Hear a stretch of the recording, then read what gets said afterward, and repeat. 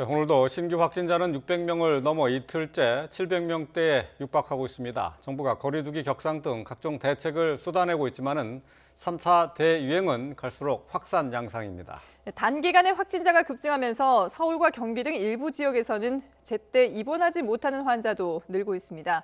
이런 가운데 정부는 수도권의 숨은 감염자를 찾기 위해 무료 선별 검사를 확대 실시하겠다고 밝혔는데요. 관련 내용 유재복 해설위원 그리고 이형민 세브란스 진단검사의학과 교수와 함께 살펴보겠습니다. 안녕하십니까? 네, 안녕하세요. 자, 먼저 조금 전에 발표된 확진자 수부터 좀 살펴보죠. 이틀째 600명대네요. 682명이니까요. 어제는 686명으로 발표가 됐는데 약간 집계 오류가 있어서 670명이 됐습니다. 그래요? 어제보다 더 늘어난 겁니다. 확진 환자 숫자도 숫자지만 지금 크게 걱정되는 것은요. 위중증 환자가 어제 23명이 늘었습니다. 그저께는 15명이 늘었고요. 네. 이틀 사이에 40명 가까운 위중증 환자가 늘었다는 것. 사망자도 어제 8명이 늘었습니다. 네. 가장 걱정했던 부분이 이제 현실화가 되고 있다는 것이고요.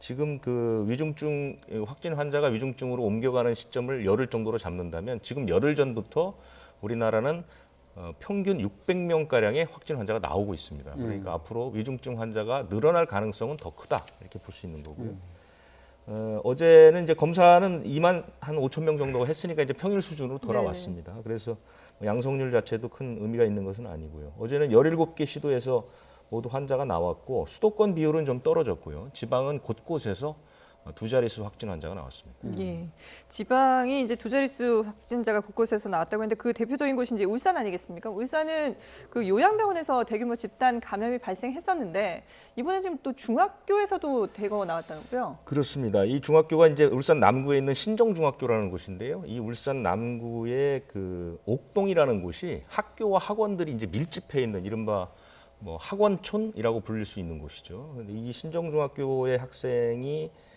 지금 13명이 나왔는데요.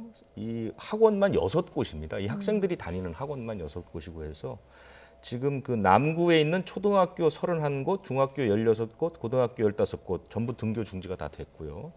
이 바로 붙어 있는 울주군도 지금 학교들이 전부 다 원격 수업으로 전환을 하고 해서 이 일대가 지금 학교가 상당히 비상에 걸린 그런 상태입니다. 예. 네. 서울도 계속해서 200명대 확진자가 기록이 되고 있는데 말이죠. 지금 뭐 종로의 파고다 타운 또 그리고 이태원 술집에서 확진자가 계속해서 나오고 있죠.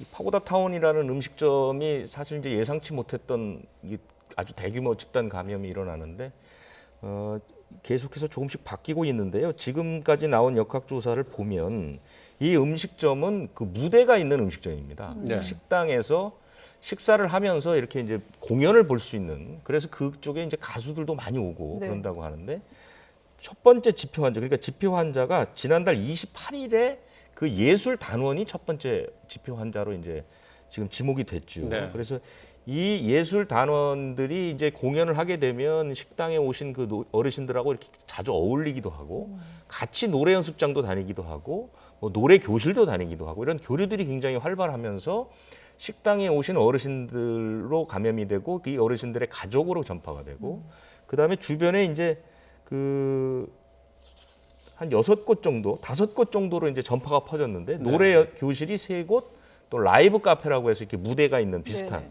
이 그 파고다 타운과 비슷한 형태의 이런 음식점이 2곳 이렇게 해서 지금 전방위적으로 퍼져나가서 확진 환자가 189명까지 나왔습니다. 그러니까 상당히 규모가 큰 것이죠. 네. 그리고 지금 그 보면은 그 서울 지역뿐만 아니라 경기도 지역에도 이 손님들이 있을 정도로 광범위 여러 곳에서 많은 분들이 오기 때문에 네. 이 환자의 그 증가세가 좀처럼 잡히지 않는다. 현재 그런 상황에 처해져 있습니다.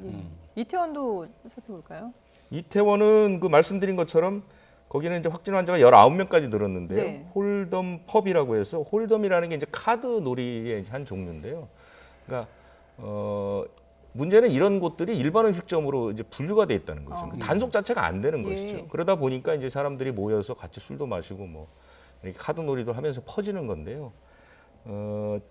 우리가 이런 그 경험들이 이제 있기 때문에 현재 이제 검사를 해서 지금까지는 생각보다 환자가 크게 퍼지지는 않고 있지만 어쨌든 상당히 주의를 기울여야 되는 그런 시점입니다. 예. 자, 지금 뭐 저희가 여러 가지 사례들을 살펴봤습니다만은 이게 확진자 수가 좀처럼 잡히지 않다 보니까 결국은 우리가 우려했던 병상 부족 문제 이런 것들이 제기가 되면서 의료 체계가 지금 붕괴될 위험에 있다 이런 얘기들이 나오고 있거든요. 실제 의료 현장에서 느끼시기는 어떠세요? 예, 맞습니다. 지금 현재 환자들이 이제 급증하고 있다 보니까 이런 환자들이 입원할 일반 병실, 그다음에 이제 생활치료센터 전부 다 지금 수도권에서는 일부 부족한 상황이고요. 네. 특히 이제 그 중에서도 제일 중요한 게 이제 중환자 병상인데 중환자 병상 같은 경우에는 지금 수도권에 저희가 여유를 갖고 있는 병상이 이제는 거의 남지 않았습니다. 그래서 그런 측면에서 분명히 의료 자원의 그 부족한 그 의료 자원 부족에 대해서 저희가 좀 더 대비할 지금 필요성이 많아지고 있습니다. 예. 뭐 검사량도 지금 많이 늘지 않았습니까? 실제로 지금 계시는 병원에서도 그런 게 체감이 되나요? 네, 맞습니다. 검사량 같은 경우도 저희 병원 같은 경우에 이제 보통 하루에 한 200명 정도 검사를 했었다면 네. 지금은 환자만 해도 거의 한 300명 정도 검사를 하고 있고요. 네. 그다음에 이제 입원하는 환자들 중에서도 저희가 무증상 감염이 섞여 있을 수가 있기 때문에 그런 분들까지 전부 다 검사를 하니까 거의 하루에 한 600명 정도 지금 검사를 하고 있는 상황입니다. 그리고 전국적인 검사 건수도 조금 전에 이제 환자로 말씀을 주셨는데 저희가 일반적인 검사 건수로 지금 놓고 보게 되면은 하루에 대략 한 4만 건에서 5만 건 정도. 거기다 이제 취합 검사까지 치면은 네. 하루에 한 6만 건 정도 지금 검사가 이루어지고 있는 상황입니다. 저희가 지금 방역 지수 몇 가지를 뽑아서 지금 화면으로 보여드리고 있는데요. 그러니까 주간 평균의 확진자 수가 582명에 이르고 있고요. 583명 가까이 되고 있고 60세 이상 일평균 확진자 주간 단위 평균이 되겠습니다. 183명, 183.9명이고 또 감염 경로 미상의 환자도 20.7%에 이르고 있습니다. 자, 모든 지표가 지금 계속해서 올라가고 있는데 말이죠. 지금 이 상황에서 가장 좀 위험스럽다고 봐야 될 게 어떤 게 될까요? 감염 경로 미상이 될까요? 60세 이상 환자들이 늘고 있는 부분이 될까요? 이게 전반적으로 전부 다 저희가 위험한데요. 왜냐하면은 지금 나오는 감염 경로 미상이라던가 60세 이상 일평균 확진자가 늘어나고 있는 그런 현상들은 결국은 전체 지역 사회 안에서의 감염이 늘어나기 때문에 전이되면서 나오는 현상들이거든요. 네. 그래서 코로나19라고 부르는 이 감염은 워낙 이 특성이 독특하기 때문에 저희가 특정한 수준에서 얘네들을 제어할 수 있다라는 생각을 가지면 안 됩니다. 최대한도로 얘네들이 발생이 되지 않도록 억제를 해야 되는 상황인 건데 그런 부분에 있어 갖고 저희가 이제 사회적 거리두기나 이런 부분들을 지나치게 완화하다 보니까 네. 이런 감염이 지역 사안으로 지금 숨어 들어갔고 예. 그리고 그런 것들이 결국은 젊은 층을 통해서 먼저 확산된 다음에 나이 드신 분들에게 옮겨가는 형상인 거거든요. 그리고 이러한 양상들은 해외에서도 계속 반복이 됐었습니다. 네. 그래서 이 코로나19라고 부르는 감염을 저희가 일단은 지역사회 안에서부터 최소한도로 막아야 저런 고위험군에 대한 감염도 저희가 막을 수 있는 거고 그다음에 감염 경로를 알 수 없는 감염이 생기는 것도 막을 수 있는 거거든요. 그래서 전체적으로 감염 자체를 줄이는 방식으로 저희가 방역 정책을 진행을 해 나가야지 막을 수 있을 거로 생각이 됩니다. 네. 그러니까 지금 상황은 어느 한 곳을 이렇게 막는다고 해서 되는 것이 아니라 정말 다양하게 이렇게 할 수 있는 조치들을 다 해야 된다라는 말씀이시죠? 맞습니다. 지금 예. 이제 사회적 거리두기가 이제 2단계 격상된 지 한 2주 정도 됐는데요. 예. 그럼에도 불구하고 지금 감염의 증가세는 꺾이지 않고 있거든요. 네네. 그 이유가 지금 어저께 그저께 그러니까 화요일부터 저희가 2.5단계가 됐는데 사실 많은 전문가들은 2단계 올라갈 때 2.5단계를 가야 된다고 얘기를 했거든요. 그렇죠. 그게 왜냐하면은 이미 11월 초부터 지역사회 안으로 감염이 들어가는 것들을 확인을 했기 때문에 그때 강력하게 잡아야지만 이런 식의 어떤 지역사회 안에서의 감염이 더 이상 생기는 걸 막을 수 있다고 생각하기 때문이거든요. 근데 그게 이제 이제서 2.5단계가 올라갔고 그다음에 또 한 가지 되게 중요한 게 그런 여러 가지 것들을 막으면서도 그 중에서도 저희가 좀 더 포커싱을 해야 될 부분도 일부 있는데요. 그게 이제 식당입니다. 이제 우리나라 같은 경우도 지금 식당에서의 감염이 계속 이루어지고 있지 않습니까? 근데 네. 이런 식당에서의 어떤 코로나19 전파의 차단의 어려움은 외국에서도 똑같이 경험을 하고 있고 네. 최근에 이제 미국에서도 비슷한 기사들이 되게 많이 나오고 있거든요. 그런데 식당이라고 부르는 것은 출근을 하거나 했을 때 반드시 갈 수밖에 없는 네. 것이고 네. 그다음에 식당에서 조용히 밥만 먹고 나오지는 않거든요. 대부분 야 우리 밥 먹으며 얘기하자 이런 식으로 하지 그냥 조용히 네. 있다 나오는 경우가 없기 때문에 그 안에서 대화가 이루어지게 되면 당연히 퍼질 수밖에 없는 상황이거든요. 그런데 식당에 대한 방역 조치를 보시면 2.5단계의 일은 아직까지도 이 식당 같은 경우에는 9시 이후는 포장 배달만 허용한다고 되어 있지만 50제곱미터 이상의 식당에 대해서 테이블 간 1m 거리 두기 또는 좌석 테이블 한 칸 띄우기 또는 테이블 간 칸막이 설치로 되어 있거든요. 근데 이거는 제가 보기에 테이블 간 좌석 두기를 한 칸을 띄운다 하더라도 전파를 차단할 수 있을 충분한 거리는 확보되지 않습니다. 예, 예. 저희가 이미 여러 가지 사례를 통해서 난방을 틀거나 냉방을 틀었을 때 6m 이상도 날아간다는 그렇죠. 걸 확인을 했고 예. 그 안에서도 환자가 발생할 수 있다는 걸 알았거든요. 그럼 최소한도 테이블 간 거리 두기와 테이블 칸막이는 병행을 해야 되거든요. 그래야 테이블과 테이블 간의 전파를 막을 수가 있기 때문에 이런 부분들을 사실 저희가 준비를 하고서 다 준비가 됐을 때 식당을 좀 더 완화를 했었어야 되는데 아직까지도 시중에 나가보게 되면 식당에서 특히 이런 그 50제곱미터 이상에 대해서만 지금 또 이런 것들이 되어 있는데 50제곱미터 이하에 아주 밀접하게 이렇게 붐비는 식당은 이런 대책들이 지금 전혀 적용이 안 되고 있거든요. 그러다 보니 식당들은 그 사각지대가 돼 있는 거죠. 예, 맞습니다. 그러다 보니까 이런 데 안에서 지금 전파가 일어나고 있습니다. 그래서 식당을 닫자는 게 아니라 당연히 식당은 갈 수밖에 없는 곳이니까 위험성을 낮추기 위해서 여기에 대한 관리를 좀 더 저희가 최소한도 칸막이 설치나 이런 것들은 큰 비용이 드는 게 아니니까 이런 부분들을 잘 보완을 하고 완화를 했으면은 그러면 더 좋았을 거란 생각이 드는데 이런 부분들은 아직도 미흡하기 때문에 이런 부분들은 저희가 좀 더 집중적으로 관리가 필요할 것 같습니다. 네. 일상생활에 감염이 많이 늘어나고 있는데 이제 대표적으로 식당 같은 경우 이제 취약한 시설이 될 수가 있겠습니다. 하기 때문에 이제 방역 수칙도 좀 더 강화돼야 될 필요가 있다는 지적인데요. 어쨌든 지금 이렇게 계속해서 확진자가 큰 폭으로 늘어나면서 결국 문제는 병상 부족으로 나타나고 있어요. 지금 서울에서 확진 판정을 받고도 집에서 대기하는 환자 수가 계속해서 늘고 있죠. 서울 경기는 그 뭐 한 400명 정도가 대기를 하고 있다고 하는데요. 문제는 서울 경기뿐만이 아닙니다. 전국적으로 똑같은 상황이고 이것은 뭐 충분히 예견됐던 상황인데 준비가 안 된 것이죠. 뭐 대전, 충남, 전남, 경남북은 한 개도 없습니다. 그러니까 지금은 이제 어떤 상황이냐면 중환자가 생기면 어느 곳인가 중환자의 병상이 남는 곳을 찾아서 돌아다니는 그런 상황이거든요. 네. 이런 것들은 옛날에 그 2월에 그 신천지 사태 때는 이제 개인들이 했다면 지금 이제 그게 각 지자체에서 서로 병상을 찾으려고 좀 이렇게 돌아다니는 그런 상황이거든요. 네. 그러니까 이거는 충분히 예견됐던 것이고 병상을 마련을 해 놔야 된다. 겨울 유행을 위해서 네. 대비해서 했는데 그 수도 없이 얘기를 했는데 시스템 자체가 지금 전혀 준비가 안 된 상태에서 그대로 넋을 놓고 있다가 좀 이런 상황을 맞았다고 하고요. 그래서 이제 공공의료 쪽을 전공하신 분들은 유럽과 같은 그 병상 관리를 해야 한다. 그것은 뭐냐면 이제 중앙 정부가 실제로 그 대규모 병원, 민간 병원들의 중환자 병상을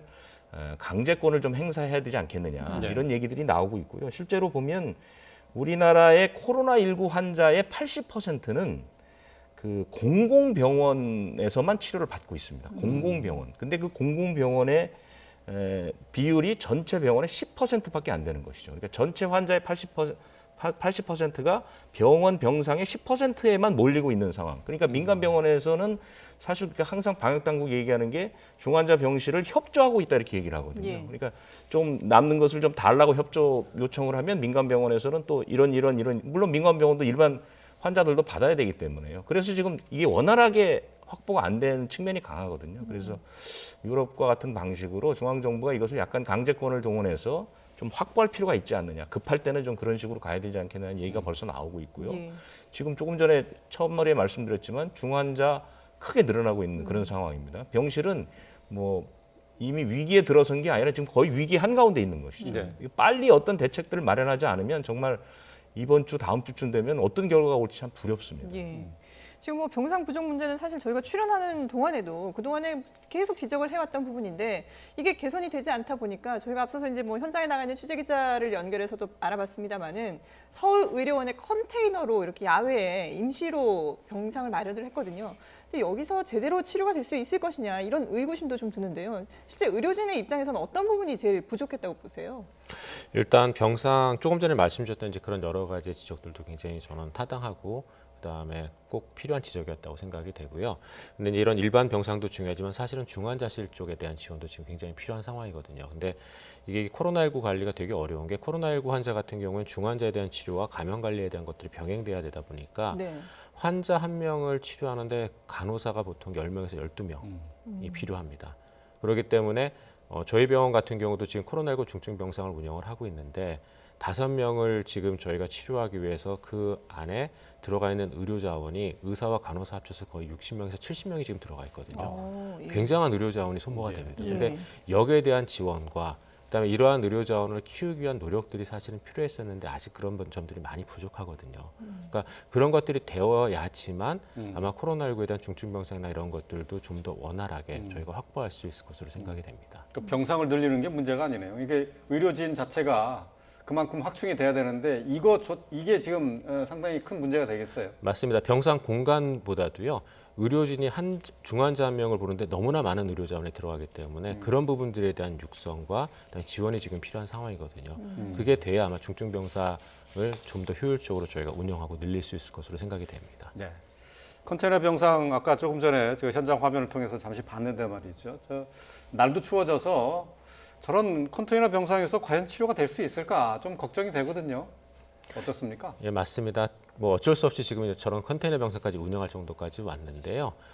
저런 컨테이너 병상을 쓸 수밖에 지금 없는 이러한 그 환경까지 이런 상황까지 온 것이 굉장히 안타깝고 이렇게 오지 않도록 필요한 경우에 적재적소에서 사회적 거리두기 이런 것들을 강화했었어야 되는데 그런 면에서는 참 부족한 점도 많이 느끼게 됩니다. 근데 네. 어쨌건 이런 컨테이너 병상을 지금 쓸 수밖에 없는 상황이 되는데 이거를 더 이상 쓰지 않도록 저희가 지금부터라도 좀 코로나19의 확산이나 이런 것들을 좀 차단할 필요가 있거든요. 그리고 최소한도 이런 컨테이너 같은 경우에 저희가 최소한 어쩔 수 없이 또 쓰게 된다면은 네. 이 안에서 지금 생활을 하거나 하시는 환자분들이나 이런 분들이 불편함을 최소화할 수 있도록 좀 여러 가지 보완이나 이런 부분들은 좀 지금부터라도 좀 많이 신경을 써야 될 것 같습니다. 예. 네. 근데 지금 병상이 부족한 부분을 보충하기 위해서 임시로 마련되는 그런 병상들 같은 경우에는 컨테이너보다는 이게 그 의료진들의 동선을 최소화할 수 있는 체육관, 오히려 넓은 체육관이 더 낫다라는 의견도 있거든요. 이건 어떤 게 맞다고 보세요?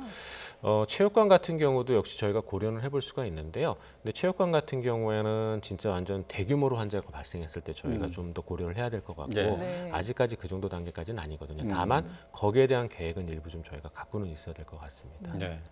그 컨테이너 병상과 관련해서 말씀을 드리면요. 네. 지금 저희도 이 자막에 중환자 병상 비상 컨테이너 병상 준비 이렇게 되어 있는데 네. 컨테이너 병상은 중환자용이 아닙니다. 그걸 좀 오해하고 계신 것 같은데. 아. 네. 그러니까 그 경증이나 중경증 환자를 치료하는 곳입니다. 그런데 예. 한 2~3명 정도가 한 컨테이너에 들어가는 거거든요. 예.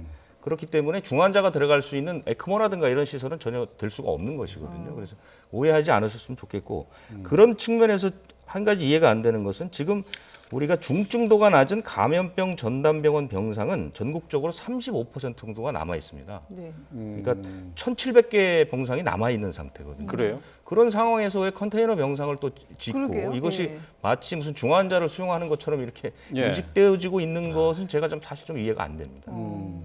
아, 그렇군요. 지금 오히려 그럼 컨테이너 병상을 설치하는 게 시급한 게 아니라 중증 환자들이 수용할 수 있는 곳을 마련하는 게 더 급한 거 그렇습니다. 아니겠습니까? 그러니까 중환자 병상을 마련하는 게 지금 급한 것인데요. 물론 뭐 컨테이너 병상이 있다고 해서 나쁠 것은 없지만 이것이 꼭 우선순위가 아닐 수도 있는 것이고 네. 더 이제 한 가지 이상한 것은 왜 컨테이너 병상을 마치 중환자 병상의 대체제인 것처럼 지금 보도들이 그렇게 되고 있거든요. 그 부분은 맞지 않다고 저는 생각합니다. 그렇군요. 어쨌든 뭐 중환자, 그러니까 위중증 환자들이 크게 늘어서 이 병상 마련이 시급한 상황이긴 하지만은 이거 외에도 또 확진된 환자들 같은 경우 집에서 대기해야 되는 환자들이 계속 늘고 있어요. 어쨌든 근데 집에서 대기해야 할 뭐 어쩔 수 없는 형편이라면은 집에서는 또 어떻게 해야 될지 이 부분도 좀 살펴봐야 될 것 같습니다.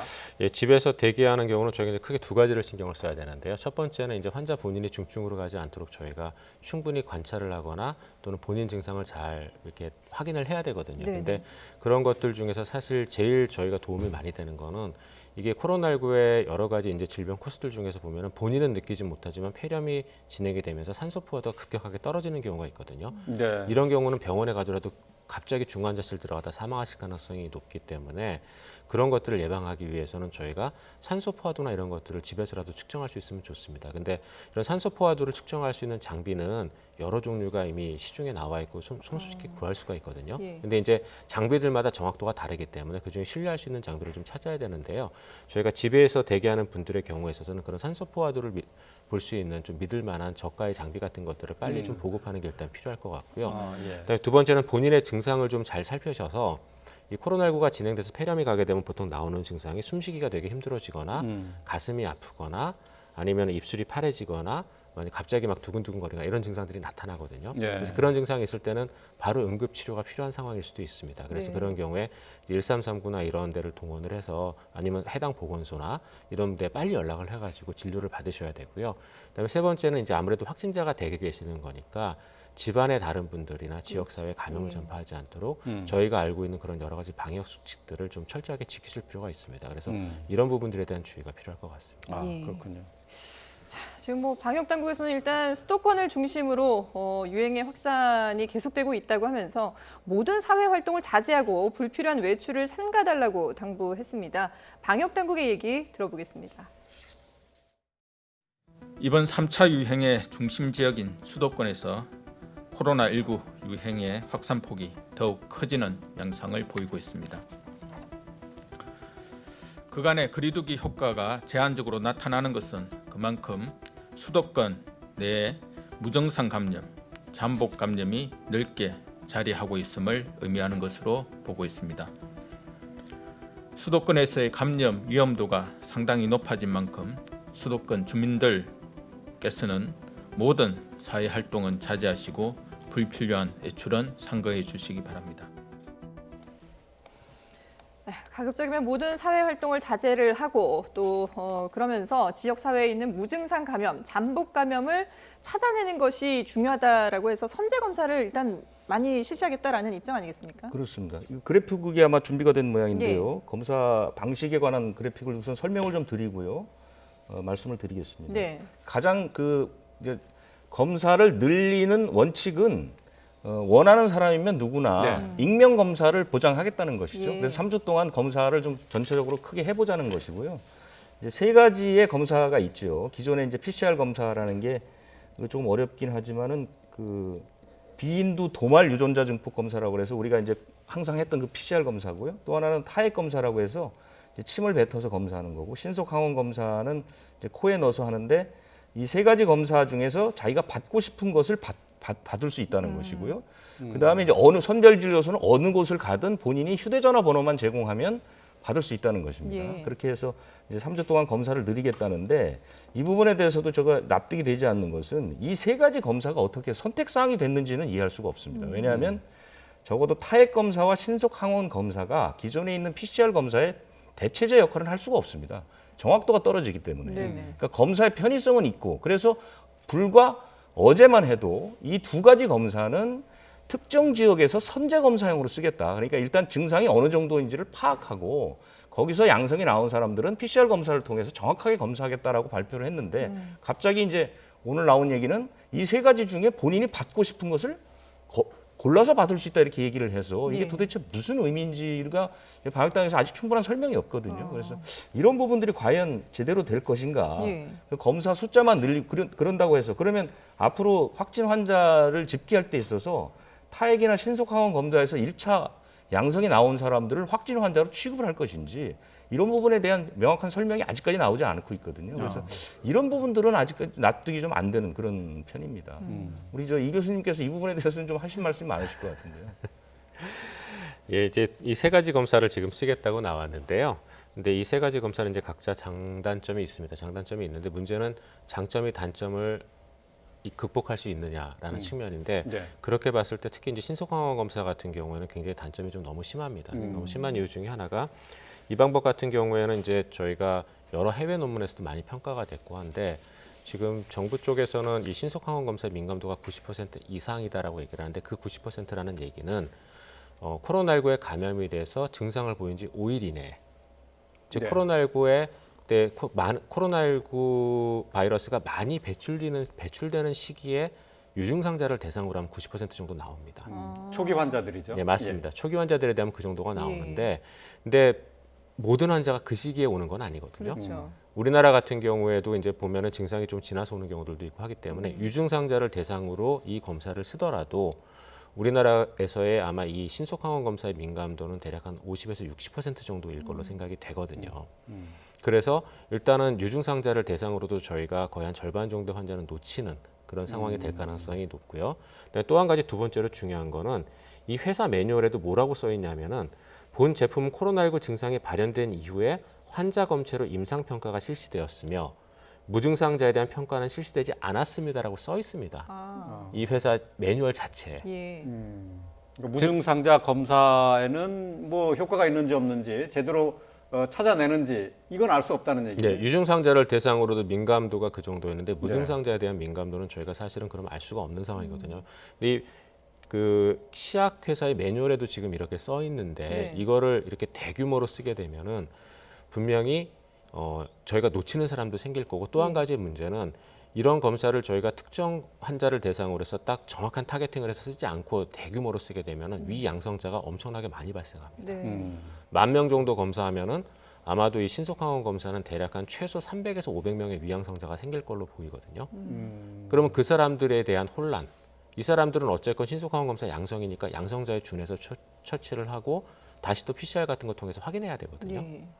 그러면 거기에서 생기는 여러 가지 혼란이나 이런 것들에 대한 대비가 충분히 되어 있는지가 저는 조금 궁금하거든요. 그래서 이 신속항원 검사에 대해서는 그래서 좀 많이 조심스럽게 특정한 환경에서만 쓰도록 사실은 권장해야 되는 게 맞는 건데 이게 대량 검사로 이렇게 진행이 되게 됐을 때 나오는 여러 가지 부작용이나 혼란들에 대한 극복책을 좀 충분히 고려하고 그러고 썼으면 좋겠습니다. 네. 근데 이거 세 가지 중에 이제 검사를 받는 사람이 선택을 하게 했다는 건데 그러면은 이 검사자들이 이 세 가지 방법의 장단점에 대해서 다 알아야 된다는 얘기잖아요. 거기다가 이게 지금 기존의 PCR 검사와 신속 항원 검사의 방식을 보면 채취 방식이 코에 면봉을 넣어서 똑같이 채취를 한다면은 이게 신속 항원 검사의 뭐 이 정확도도 정확도지만 검사 받는 입장에서도 별다른 그 선택을 할 이유가 없을 것 같다는 생각이 드는데요.